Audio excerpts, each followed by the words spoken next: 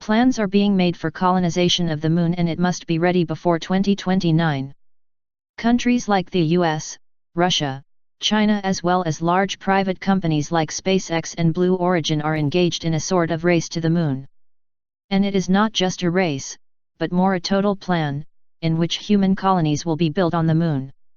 NASA revealed a new name for its Moon program, Artemis.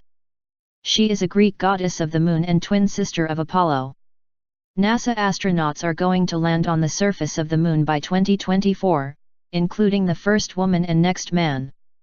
Last week, Jeff Bezos, the founder of the Blue Origin, unveiled a lunar lander at a mysterious invite-only event in Washington, D.C. and suggests his firm will hit VP Pence's 2024 deadline for putting humans back on the Moon by 2024. The plan could ultimately serve as a stepping stone for colonization of the Moon and deeper space targets, Bezos suggested.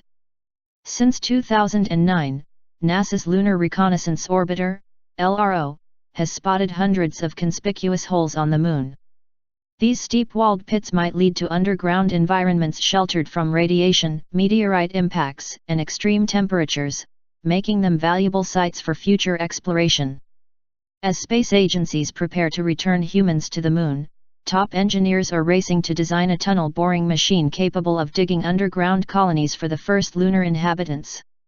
Analysis of images of the lunar surface show lava tubes capable of housing large cities underground.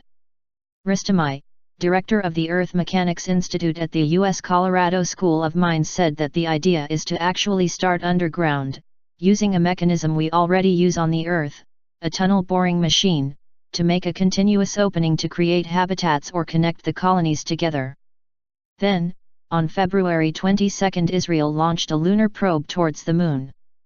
The small lunar probe carries a 30 million-page archive of human knowledge etched into a DVD-size metal disc. See above image. The Lunar Library, as the archive is known, constitutes a civilization backup to help ensure that our distant descendants never lose humanity's collective wisdom.